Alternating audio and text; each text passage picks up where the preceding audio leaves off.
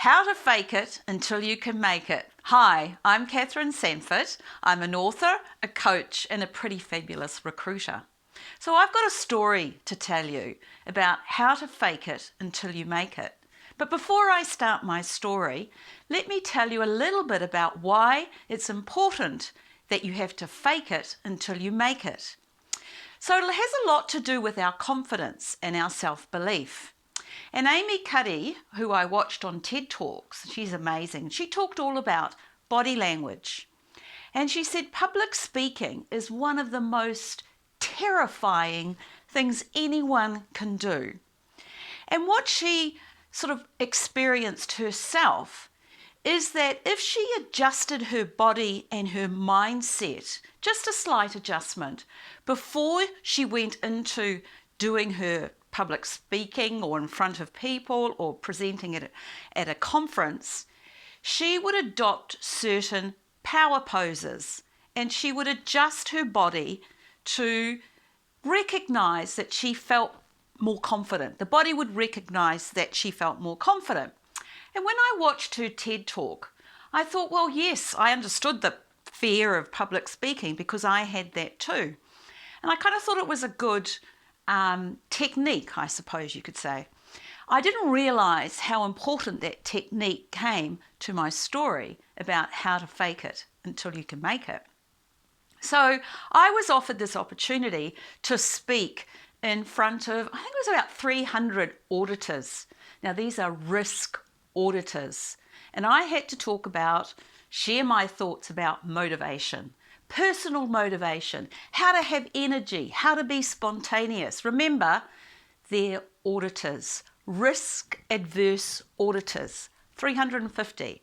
So, and it was pretty much one of my first public speaking events. Now, I really wanted to be a speaker. And so for me, this was my opportunity. But there was huge fear, it's just, even now it gets a bit tingly. But I wanted it, but my self-talk, my imposter syndrome, felt it was going to be too hard and I was going to fail at it. So I had to overcome all of this. So I worked hard because naturally speaking, I can speak in front of people and I'm a good engager, comes easily. And for me, being the perfectionist or the super easy genius, it wasn't easy. So I had to work hard. I prepared. I was ready. So I rocked on up to the conference. I was confident. I did my self-affirmation. I followed Amy Cuddy's power poses, adjust your body, make your brain think that you can do this, have all your notes. I was ready. So I walked up to the presenter who was organizing it, the MC, I suppose you call them. And she popped on the mic and things like that. And she said, you've got about 10 to 15 minutes. Just sit down here. And I said, well, I'm quite nervous. Is it okay if I go to the bathroom? She said, sure, it's down there. And she showed me where to go. So I went into the bathroom and I said, practicing Amy Cuddy, TED Talk, remember, watch it on body language, power pose, you can do this, you're great, I won't use the word, but it was an F word, awesome, you can do this. This is in the toilet, remember? I went to the toilet, stood up, looked at the mirror and went, you can do it, you can do it.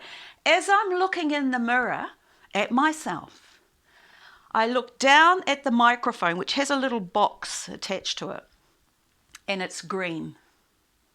It's green. It's green, which means the whole 350 auditors were listening to me talk to myself in the toilet.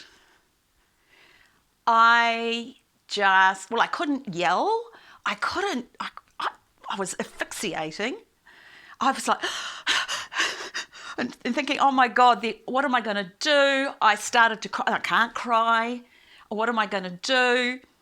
I just you just got to go out there. Then the thought came, negative self-talk. No, you could just walk out this door, walk out the front door of the hotel and nobody would know. You could just disappear and it would be fine.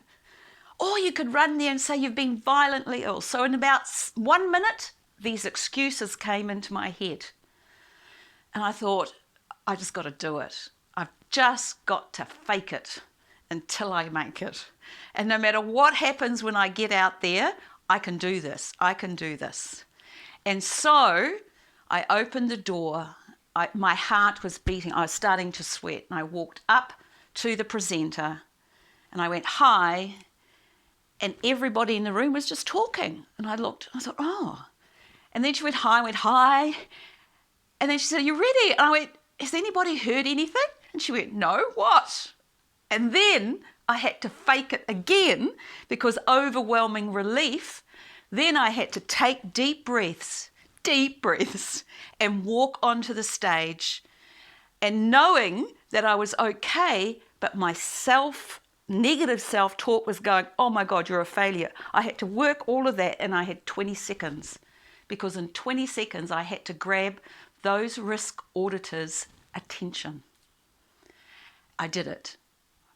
The most frightening time of my life. I faked it until I made it.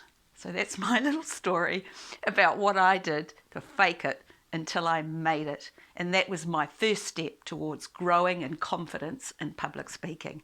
Nothing can beat that experience. So take care, and we'll see you soon. Bye.